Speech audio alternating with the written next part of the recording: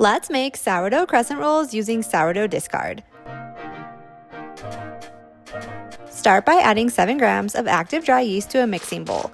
Next, add in 28 grams of honey and 3/4 cup of milk. Whisk to combine the ingredients completely. Add in 113 grams of sourdough discard. You can use this straight from the fridge.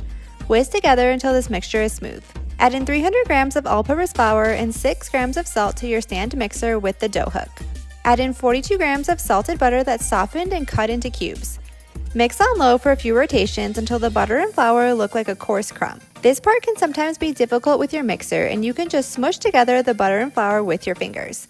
You can also do this entire process with your hands in a large mixing bowl. It will just take a bit longer and a little more elbow grease. Pour the yeast mixture into the flour mixture and mix on low until combined. This will take a couple minutes to fully mix together the dough. Then continue to knead on speed 2 to 4 for about 5 to 10 minutes or until the dough is really smooth. You can also do this by hand by kneading in the bowl first and then transferring to a work surface and knead until the dough is smooth.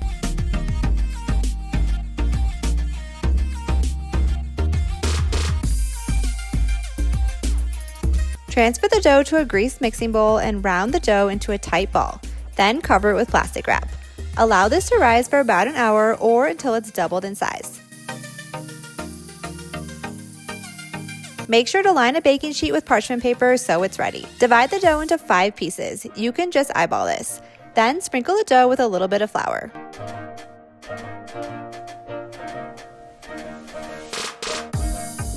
Working with one portion of dough at a time, roll the dough into an 8-inch circle. It will be pretty thin.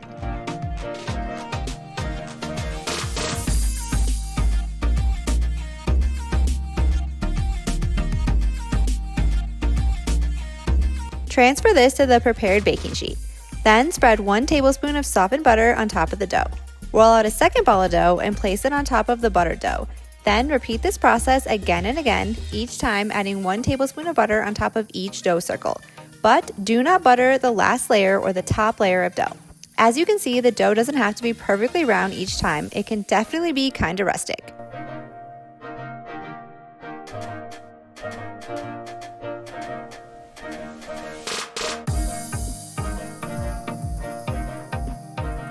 Once the last layer of dough is on, use your hands and pinch the edges of the dough together to prevent the layers from separating.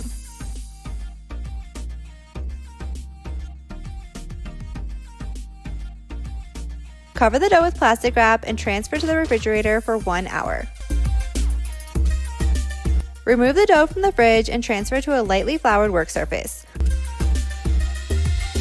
Roll out the dough circle again to about 15 to 18 inches in diameter. This will be very thin. I like to use a pizza cutter for this step, but a sharp knife also works. Cut the circle into 12 triangles like a pizza, then separate the triangles.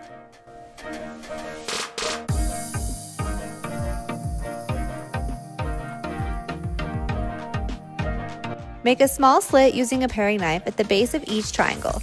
This will allow the dough to be curved into its iconic shape, so it's important to make this cut. Then, starting at the base of the triangle, roll the dough towards the smallest end and curve the edges to form the iconic crescent shape. Continue doing this with all the triangles.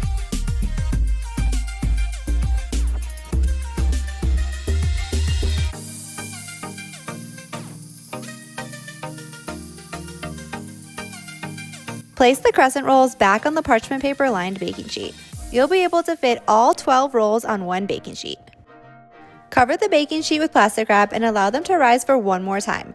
This last rise will take about 30 to 45 minutes or until the rolls have increased in volume and they look puffy. Brush the tops of the rolls with a beaten egg using a pastry brush.